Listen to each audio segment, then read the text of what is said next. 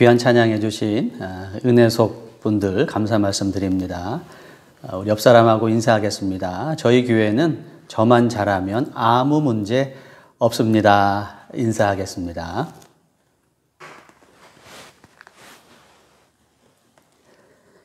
좋은 교회는 서로 칭찬하는 교회입니다. 목사님은 우리 교인들을 칭찬하고요. 또 교인분들은 담임 목사님을 자랑하면 그게 좋은 교회죠. 저희 부부는 목사님들 모임에 가면 우리 열방교회 교우들 칭찬에 여념이 없습니다. 교인 자랑을 팔불출이라고 부른다라면 저희에게 해당되는 말입니다.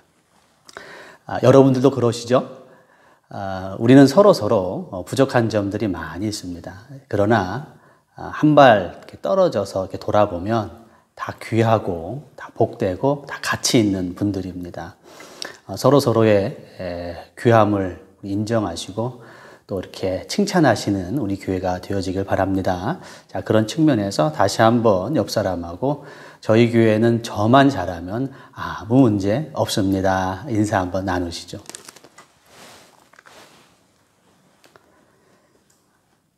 오늘은 확신 있는 기도, 응답받는 기도라는 제목으로 말씀을 나누겠습니다.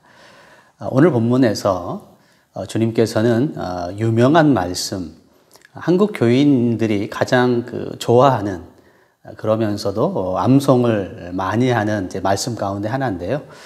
이 산더러 바다에 던져지라 하고 의심하지 아니하면 그대로 되리라. 기도하고 구한 것은 그대로 된 줄로 믿으라. 그리하면 그렇게 될 것이다. 라는 말씀을 전해 주십니다.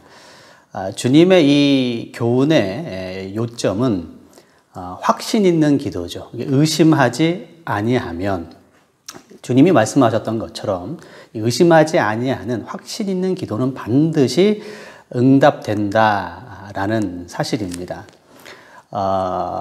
이 말씀을 전하시면서 한 가지 놀라운 예를 하나 드셨는데 산을 바다에 던져지라 해도 그것까지도 응답된다. 확신 있는 기도는 이렇게 말씀하고 계시는 것이죠. 이 말씀을 대하면 저는 어렸을 때에 부흥회 때 들었던 말씀이 꼭 생각나더라고요. 어떤 청년에게 청년의 집 앞에 동산이 있었는데 불편하기 그지없어요. 학교에 가거나 교회에 가거나 이걸 넘어가거나 또 돌아가야 되기 때문에 참 많이 불편해요. 근데 어느 날 담임 목사님에게 이 말씀을 들었어요. 산을 바다에 던져지라 해도 될 것이다. 이 말씀을 듣고 기도해야 되겠다라는 마음이 들어서 기도했습니다. 하나님, 이 동산을 옮겨 주옵소서. 그렇게 기도한 지 1개월이 지나고 6개월이 지나고 1년, 3년이 지났는데 아무 응답이 없는 거예요. 목사님, 기도 응답이 언제 이루어지는 겁니까? 이 목사님도 난처하죠. 자, 그러던 중 이 청년이 어느 날은 불이 나게 놀란 얼굴로 목사님을 찾아와서 말하기를, 목사님, 기도가 응답되고 있어요. 산이 옮겨지고 있어요. 그렇게 얘기하더란 것이죠. 목사님 자초지종을 묻자 이 청년이 설명하기를 자기 집 앞에 도시계획이 나서 신장로, 새로운 길이죠. 새로운 길이 나는 도시계획이 나서 집 앞에 있는 이 동산을 중장비들이 동원되어서 지난주부터 이걸 깎아내고 있다는 겁니다. 처음에는 아무 생각 없이 이걸 지켜보다가 산 중턱 좀 깎여 나갔을 때 불현듯 자기가 이것을 위해서 기도했다는 사실이 생각이 나고요. 너무 놀라서 목사님에게 달려온 것이죠. 자기는 막연하게 하나님이 천사를 보내서 산을 옮겨줄 거라고 생각했는데 중장비가 동원된 것이죠. 저는 어렸을 때 이 얘기를 들으면서 이 부분이 정말 마음에 들었어요.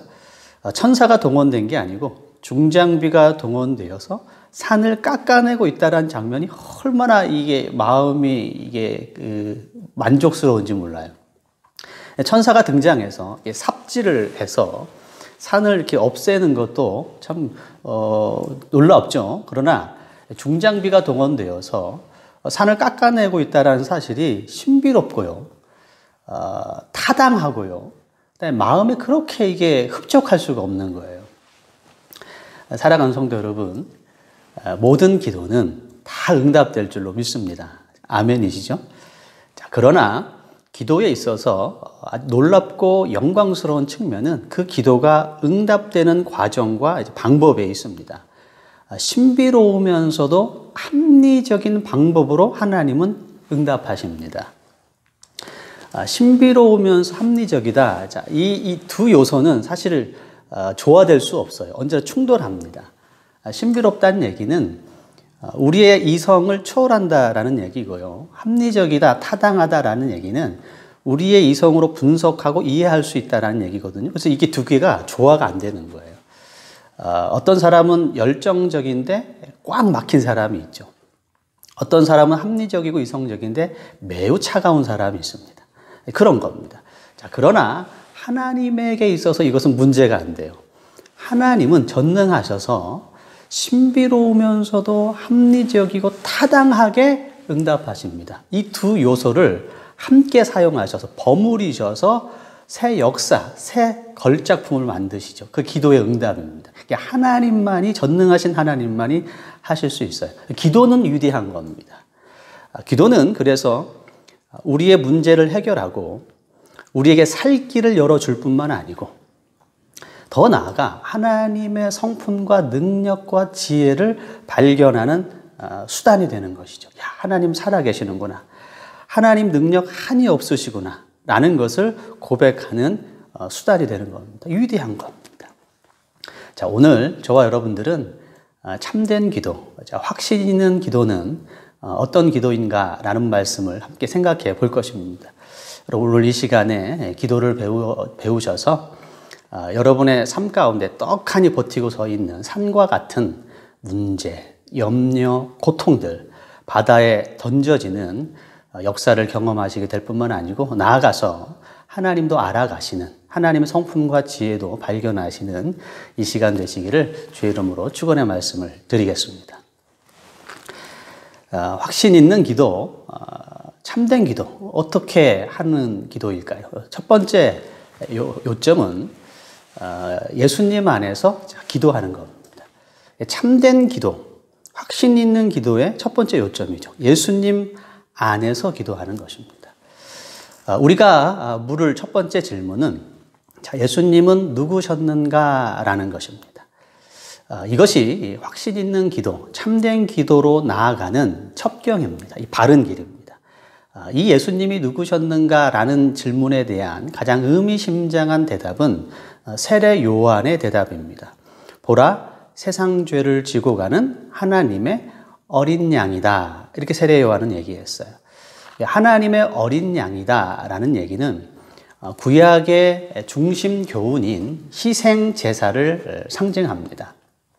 자, 희생 제사는 죄인이 자신의 죄를 해결하고 용서받는 방법으로서 자기 대신 동물을 선택하여 동물의 머리에 안수하는 것이죠. 자, 안수는 죄를 전가한다라는 의미입니다. 이 전가는 옮겨진다 이런 뜻 아닙니까? 안수를 통하여 자기의 죄가 동물에게 옮겨지는 것이죠. 그리고 동물을 잡아 죽여서 피를 흘려 피를 뿌리게 되면 죄인의 죄가 해결되는 것입니다. 죄인 대신 이 동물이 희생되기 때문에 희생 제물이다 이렇게 부르는 것이죠. 자, 예수님이 왜 채찍에 그 모진 채찍에 고통을 당하셨을까요? 왜 십자가에서 물과 피를 다 쏟으시면서 죽음을 당하셨습니까? 그건 바로 예수님이 희생 제물이시기 때문에 그렇습니다. 보라, 세상 죄를 지고 가는 하나님의 어린 양이다. 희생 제물이 되신 것이죠. 예수님은 인류의 죄가 예수님께 전가된 겁니다. 예수님의 그 연약한 어깨에 인류의 그 무거운 죄가 옮겨진 거예요. 전가 옮겨진 거예요. 그리고 동물이 피를 흘려 죄인의 죄를 해결하듯 예수님께서 그 십자가에서 몸이 찢기시고 물과 피를 흘리심으로 온 인류의 죄를 해결해 주신 것이죠. 히브리서 12장 2절 말씀 가시겠습니다. 자, 히브리서 12장 2절 말씀.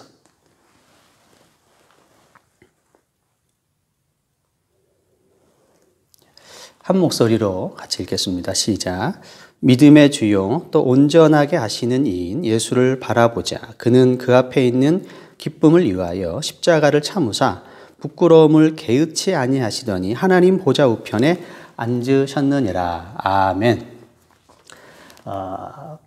부끄러움을 개의치 아니하셨다 이렇게 되어져 있어요. 개의치 아니하셨다라는 말씀은 마음에 담아두지 않았다, 무시하고 넘어갔다 이런 뜻입니다. 주님은 만왕의 왕이셨고 또 생명의 주인이셨어요. 자, 그랬던 분이 피조물인 인간에게 잡히셔서 채찍에 맞으시고 조롱과 멸시를 당하시고 십자가에 달려 죽으시고 무덤에 갇히셨어요. 이것처럼 놀랍고 신비로운 일이 어디 있습니까? 이게 바로 기독교 신앙의 핵심이죠. 대부분의 우리의 신앙생활이나 또 생활 가운데의 대부분의 다툼의 원인은 자존심 때문에 발생합니다. 내가 어떤 사람인 줄 이 사람들이 모르기 때문에 그러는 거예요. 내가 이런 대우를 받을 만한 사람이 아닌데 내가 누군 줄 모르는가? 세상 그 어떤 것도 다 참을 수 있어도 사람은 자기의 자존심이 상하는 일은 성령이 오셔도 해결이 안 돼요. 자존심을 상하면 사람은 참을 수 없게 되는 것이죠. 자, 주님은 이 모든 것을 다 참으셨습니다. 주님이 그 참으신 것은 십자가에서의 조롱, 네가 하나님의 아들이거든 내려와 봐, 내가 믿을 거야. 여러분, 이것만한 조롱과 멸시와 자존심을 상하게 하는 말이 어디 있습니까? 주님은 그것마저도 참으셨어요. 침묵하셨습니다. 개의치 아니하신 것이죠. 다른 사람 같으면 그 자존심을 긁는 말에 욱 했을 거예요. 너 죽고 나 죽자 이렇게 달려들었을 겁니다. 대부분의 싸움과 가정과 사람들과의 싸움이 여기서 발생되는 거 아닙니까? 주님은 네가 하나님의 아들이거든 내려와 봐. 그럼 내가 믿어줄게. 라는 그 불경건한 도전조차도 주님은 참으셨어요. 개의치 아니하신, 무시하신 겁니다. 그걸 마음에 담아두지 않으신 거예요. 그게 주님에게 그 어떤 영향도 미치지 않은 겁니다. 그래서 그 결과 주님은 어떻게 되셨습니까? 히브리서 12장 말씀은 부끄러움을 개의치 아니하시더니 하나님 보좌 우편에 앉으셨다 이렇게 되어져 있어요. 주님은 그 부끄러운 그 조롱의 십자가를 참으셨습니다. 그리고 부활하셔서 하나님 보좌 우편에 앉으셨죠. 하나님 보좌 우편이란 얘기는 하나님과 능력과 영광이 동등하시다 이런 뜻입니다.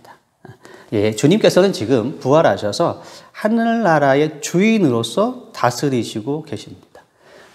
우리가 참되게 기도하고 확신 있게 기도하는 비결이 바로 이것입니다. 예수님께 우리의 죄가 전가되어 그가 피를 흘림으로 인하여 영단번에 한 번에 반복되지 않아요. 한 번에 우리의 죄를 해결해 주셨을 뿐만 아니고 부활하셔서 지금 하나님 보좌 우편에 앉아 계시다라는 사실입니다. 그게 바로 우리가 하나님의 보좌에 담대히 나아가게 되는 근거며 우리의 기도가 예수 그리스도를 힘입어 드리는 기도가 땅에 떨어지지 않을 것이라는 확실한 근거와 보증이 되는 것이죠.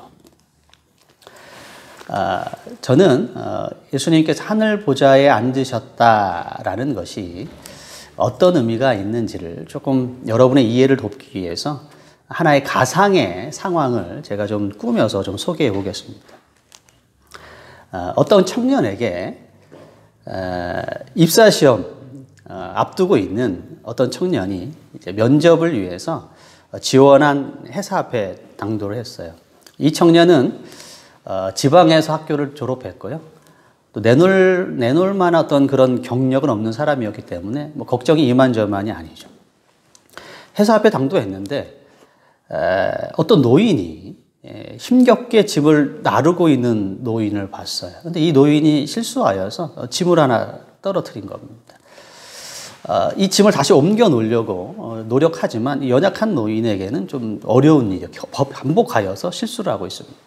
그 주위에는 말쑥한 양복을 차려입은 사람들이 많이 오고 갔지만 바쁜 아침 시간이고 또 그 크고 그 얼룩진 그 물건을 같이 들어줄 사람은 흔치 않죠. 자, 이 청년도 고민하죠. 그러나 가방을 옆에 내려놓고 이 노인을 도와줍니다. 새 역사는 그렇게 시작되지 않습니까? 노예를 도와줘. 이 노인은 연신 고맙다라는 인사를 청년에게 건넵니다. 자, 그렇게 일을 해결하고 시간이 되어서 자, 면접실에 들어갑니다. 이 청년이 면접실에 긴장하는 모습으로 들어갔는데 놀라운 일이 발생했어요. 자기가 아침에 도와줬던 그 노인이 면접관으로 앉아 있는 겁니다. 그것도 한가운데 앉아 있는 면접위원장으로 앉아 있는 것이죠. 그 면접위원장이 자기를 향하여 인자한 표정으로 미소를 보내며 친절한 태도를 보여줍니다. 여러분, 바로 이것입니다. 면접위원장의 그 인자한 미소와 친절한 태도가 이 청년에게 어떤 의미가 있을까요? 자, 바로 그것이 예수님께서 하늘 보좌 우편에 앉으셨다라는 의미가 되는 것입니다. 하나님의 보좌는 우리가 하나님께 기도함으로 나가는 것, 하나님의 보좌는 더 이상 우리에게 진노와 심판의 자리가 아니에요.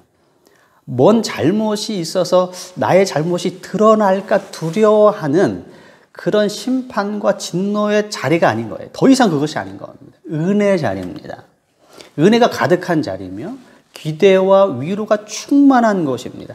면접위원장의 인자한 표정과 미소와 나를 향한 친절한 태도, 바로 그것이 하나님의 보좌 앞으로 나아가는 예수 그리스도가 보좌 우편에서 우리를 위해서 하나님께 간구하심으로 우리가 하나님의 보좌 앞에 나아가는 그 동일한 그 심정과 자세가 되어지게 되는 것이죠.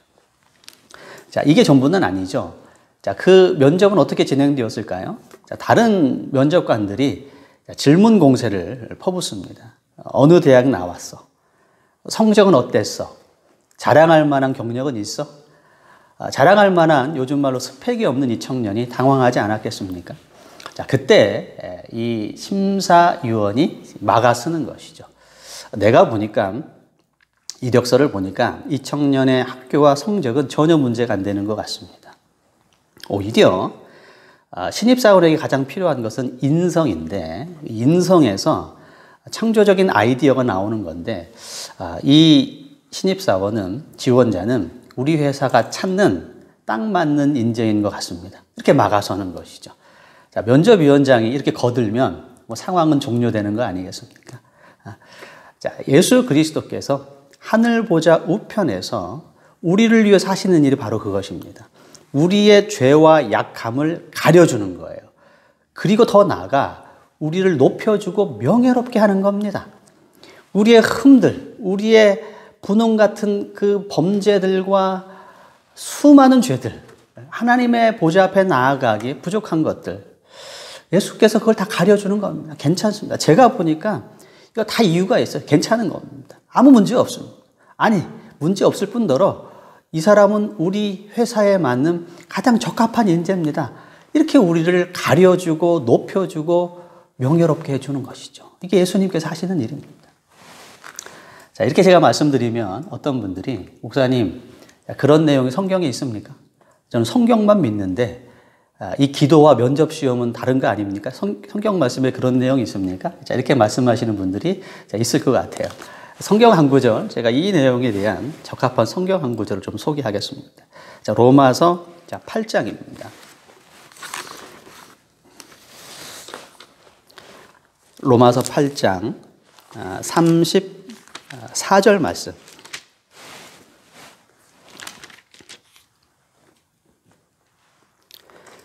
자, 33절부터 한번 읽어보실까요? 33절, 34절.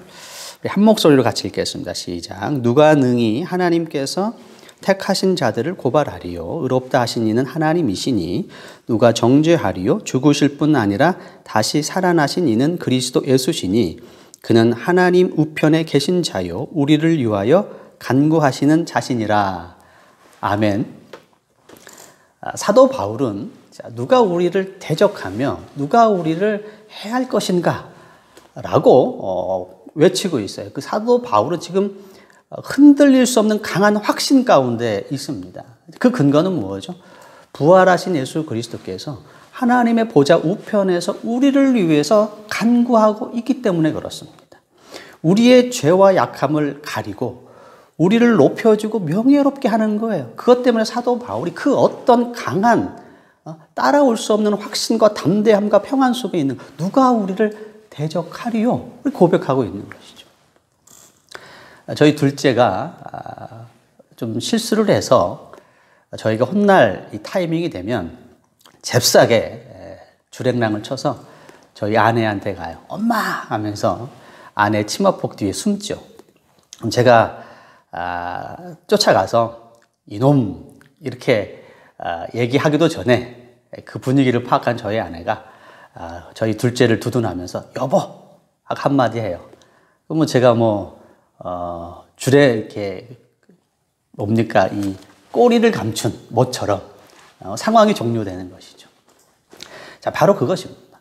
예수님께서 우리가 아무리 흠이 있고 부족하고 죄와 약함과 정말 부족한 게 있더라도 엄마 하듯이 하나님 보좌 우편에 계신 예수 그리스도 뒤에 숨으면 예수님이 우리를 보호해 주시는 거예요. 하나님께 간구하는 겁니다. 우리의 약함을 다 가려주는 거예요. 당신의 의로우신 공로로 우리를 입혀주시는 겁니다. 이게 바로 하나님이 예수님께서 보좌 우편에 계셔서 우리를 위해서 간구하신다는 의미입니다. 그리고 확신 있고 참된 기도의 비결이 바로 이 진리를 붙잡는 것입니다. 사랑하는 성도 여러분, 기도란 것은 위대한 겁니다. 기도란 것은 은혜가 가득한 것이고 위로와 소망이 가득한 것이고 나를 향한 인자한 미소와 태도, 친절한 태도 앞으로 나아가는 것처럼 위로가 가득한 것입니다. 여러분의 삶 가운데 기도의 자리로 나아가셔서 예수 그리스도의 무한하신 사랑과 또 인자와 관용을 체험하시는 확신 있는 기도의 자로 나가시는 여러분 되시기를 주의 이름으로 축원의 말씀을 드리겠습니다. 자, 두 번째 확신 있는 기도의 두 번째 요점은 성령 안에서 기도하는 것입니다. 기도의 강력한 동기면서 생명력, 기도의 생명력을 불어넣는 요소는 내가 죄인이며 또 내가 얼마나 부족한 것인지를 아는 것입니다. 그때 우리의 기도에 힘이 생기고 생명력이 들어가게 되는 것입니다. 누가복음 18장에 보면 바리새인과 세리의 기도가 등장합니다. 이 바리새인은 따로 구분되어 섰어요. 내가 저들과 기도할 수는 없지. 내가 어떤 사람인데. 자, 이런 자세로 따로 구분되어 서서 기도합니다. 하나님, 내가 저 세리와 같지 않음을 감사합니다. 이건 기도가 아니죠. 근데 기도라는 것은 하나님 앞에서 겸손과 하나님의 긍휼을 구하러 가는 건데 이 사람의 기도는 기도의 형식을 취했지만 내용은 내가 저 사람과 같지 않음을 감사합니다. 자기 자랑과 자기 만족과 자기 우월감에 있는 거예요. 이건 기도가 아니죠. 바리새인은 그렇게 기도했어요. 반면에 세리는 감히 하늘을 쳐다보지 못하며 가슴을 치며 하나님 이 죄를 용서하여 주옵소서 이렇게 기도했습니다.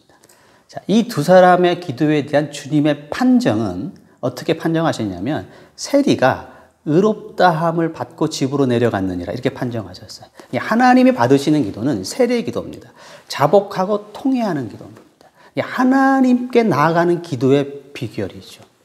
자, 기도라는 것은 왕께 나아가는 것입니다. 하나님께 나아가는, 왕께 나아가는 거예요. 세상에서도 권력자 앞에 나갈 때에 몸가짐과 복장을 철저히 하지 않습니까? 규정이 까다로워요. 테니스 대회 중에 여러분 윈블던 대회가 있어요. 규정이 까다롭기로 아주 유명한 대회입니다. 모든 복장들과 모든 이 테니스를 수행함에 있어서의 모든 것들이 다 흰색이어야 돼. 심지어 땀에 젖어서 보이는 속옷조차도 흰색이어야 됩니다. 2013년 1라운드 때 테니스 황제로 불렸던 이 페더러가 하얀색 운동화를 신었는데 밑창이 오렌지색이었어요. 그래서 경고를 받았습니다.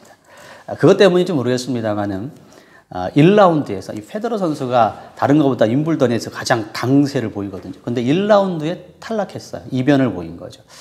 아마 그 원인 가운데 그 오렌지색의 신발을 경고받은 것도 아마 일부분 있지 않나 이렇게 생각을 합니다. 세상에서 권력자 앞에, 어떤 권위 앞에 복장과 몸가짐을 점검한다라는 것은 바로 이런 거, 이렇게 엄격한 겁니다. 자, 하물며 하나님은 어떤 분입니까? 하나님은 영원하신 분입니다. 그분은 불멸하신 분입니다. 영원한 빛 가운데 둘러싸여져 있는 분이십니다. 그분 앞에 나갈 때 필요한 것은 오직 한 가지예요. 준비할 수 있는 건 오직 한 가지입니다. 자기의 연약함, 자기의 죄성을 알고 슬퍼하는 겁니다. 경건한 이 회개의 마음, 이게 왕께 나아가는 유일한 준비 자세가 되는 것이죠. 바로 성령께서 우리에게 이 경건함을 창조해 내시는 겁니다. 성령이 임하시면 우리의 눈을 열어 우리의 궁핍과 우리의 가난함과 우리의 벌거벗은 것을 보게 하세요. 그래서 우리는 경건한 심령이 되는 것이고 자복하는 마음이 되는 것이고 우리의 부족함을 보게 되는 것이죠. 우리의 궁핍을 보게 되는 것입니다. 하나님께 나아가기에 강력한 기도의 동기를 불어넣어 주시는 것. 이게 성령이 하시는 겁니다. 나아가서 성령께서는 하나님을 알고 또 하나님을 교제하고 하나님을 누리고자 하는 이 마음도 창조해 내세요. 이게 성령이 하시는 특별한 사역입니다. 기도로 나아감에 있어서 가장 장애물 중에 하나는 기도하고 싶은 마음이 안 드는 거죠. 반면에 세상에 자극적이고 세상적인 것은 자동적으로 끌립니다. 아침에 일어나서 핸드폰을 켜고 TV 전원을 켜고 컴퓨터를 켜서 지식과 정보와 뉴스를 검색하는 것은 자연스러운 일이에요. 그건 전혀 어렵지 않습니다. 그건 누구나 쉽게 할 수 있는 일입니다. 반면에 아침에 일어나서 또는 저녁에 기도의 자리로 나아가는 것, 성경을 펼치는 것, 이건 어려워요. 내 마음에 그런 자원하는 마음이, 그런 신령한 것을 하는 마음은 없어요. 성령이 임하시면 달라집니다. 성령이 임하시면 나에게 경건한 소원이 찾아오게 되는 겁니다. 하나님을 알고 싶어요. 하나님과 교제하고 싶어요. 하나님을 누리고 싶습니다. 하나님 앞에 무릎 꿇고 싶어요. 하나님께 내 마음을 토로하고 싶어요. 내 마음에 있는 아픔을 하나님 앞에 내려놓고 싶어요. 대화하고 싶어요. 그의 말씀인 성경책을 보고 싶어 하는, 이게 성령의 역사예요. 이런 일이 내 안에 벌어질 때 기도는 크게 달라지는 겁니다. 기도는 더 이상 형식적이고 틀에 얽매이지 않아요. 어려운 것이 아닙니다. 기도는 세상에 가장 놀라운 것이며 가장 영광스러운 것으로 변화가 되어지게 되는 것이죠. 자, 우리가 사랑에 빠지면 놀라운 사람이 됩니다. 애측 불허의 사람이 되지요. 하루 종일 같이 시간을 보내고 저녁에 헤어져서 귀가했는데 헤어진 지 얼마 되지 않았는데도 또 보고 싶어요. 전화를 하지 않습니까? 자기 지금 뭐 해? 자기 생각해. 나도. 이렇게 되는 것이죠. 우리 내일 풍년제거 앞에서 만나기로 했는데 빨리 그 시간 왔으면 좋겠어. 내일까지 기다리는 게 너무 힘들어. 그래? 우리 지금 만날까? 그럴까? 또 만나게 되는 거예요. 하루 종일 같이 있었는데 집에 와서 전화하게 되고요. 전화하는 도중에 또 그날 밤 만나서 또 시간을 보내죠. 그런 경험들 있으시죠? 자유로워지는 겁니다. 사랑에 빠지면, 두 남녀가 사랑에 빠지면 형식이 없는 거예요. 틀이 없는 겁니다. 정해진 규율이 없는 거예요. 자유로운 겁니다. 이게 방종하다 이런 뜻이 아니고 생명력과 역동성으로 충만하다 이런 뜻입니다. 성령이 우리 안에 역사하시면 이런 자유로움이 온다는 얘기예요. 기도 가운데. 기도가 더 이상 형식과 틀에 얽매이지 않아요. 어렵지 않아요. 처음에는 기도의 처음에는 감사, 두 번째는 처음에는 회개, 감사, 간구. 이걸 맞춰서 기도, 이런 기도를 초월하게 되는 거예요. 자유로워지는 겁니다. 하나님 앞에서 내 마음이 자연스럽게 토로가 되고요. 하나님을 아바 아버지라 부르게 되고요. 그 하나님과 자연스러운 성령의 바람처럼 역사하시는 이 성령의 이 권위와 이 인도하심 아래서 기도가 능력 있게 되는, 생명력이 충만해지게 되는 것이죠. 이게 성령이 하시는 겁니다. 그래서 우리가 기도할 때 확실 있는 기도, 진정한 참된 기도로 가기 위해서 이 두 가지가 필요한 겁니다. 예수 그리스도 안에서 하나님이 지금 이 기도를 하늘 보좌 우편에서 받으시는구나. 내 기도를 붙잡아 주시고 내 기도가 하나님 앞에 상달되도록 예수 그리스도께서 이것을 붙잡아 주시는 것이구나 라는 것을 붙잡는 것이고, 성령의 자유롭게 하시는 능력, 이 역사가 필요한 것이죠. 사랑하는 성도 여러분, 이런 기도를 하시게 되길 바랍니다. 위대하고 신비롭고 그러나 우리 마음을 만족해 하는 그 놀라운 기도의 역사, 이런 기도를 하게 되면 우리의 삶은 새 역사를 경험하게 됩니다. 사막의 강이 광야의 길이 나는 그런 놀라운 새 역사를 경험하게 되는 것이죠. 하나님께 구하시게 되길 바랍니다. 이런 은혜를 주옵소서. 성령으로 나에게 충만케 하옵소서. 이런 기도를 통해서 또 새 역사를 경험하시는 저와 여러분 되도록 주의 이름으로 축원의 말씀을 드리겠습니다. 자, 이 시간 같이 합심하여 잠깐 기도할 텐데요. 하나님, 능력 있는 기도하게 하옵소서. 예수 그리스도 안에서 담대하게 기도하게 하시고 성령의 감동받는 기도하게 하옵소서. 우리 같이 합심하여서 잠깐 기도하겠습니다. 하나님 감사합니다. 연약하고 부족한 저희들을 위해서 하나님의 어린 양이신 예수 그리스도께서 우리의 모든 죄를 다 해결해 주셨습니다. 영 한 번에 해결해 주셨습니다. 희생 제물이 되셨습니다. 그러므로 인하여 우리는 하늘 보좌 우편에 계신 예수 그리스도를 힘입어 아버지께 나아가게 되는 줄로 믿습니다. 이 영광스럽고 놀라운 진리를 붙잡게 하여 주시옵시고 성령님, 우리 안에 이 놀라운 진리를 적용하여 주시고 이 진리가 깨닫게 하시고 이 진리를 하나님 저희가 발견하게 하여 주셔서 성령의 능력 안에서 하나님 앞에 나아가는 저희들 될 수 있도록 축복하여 주시옵소서. 이렇게 살아있는 생명 영역 있는 기도를 통하여서 산과 같은 문제들, 산과 같은 염려와 고통들이 다 사라지게 될 줄로 믿습니다. 이와 같은 능력, 이와 같은 새 역사를 참여하는 열방교회 성도들 될 수 있도록 축복하여 주옵소서.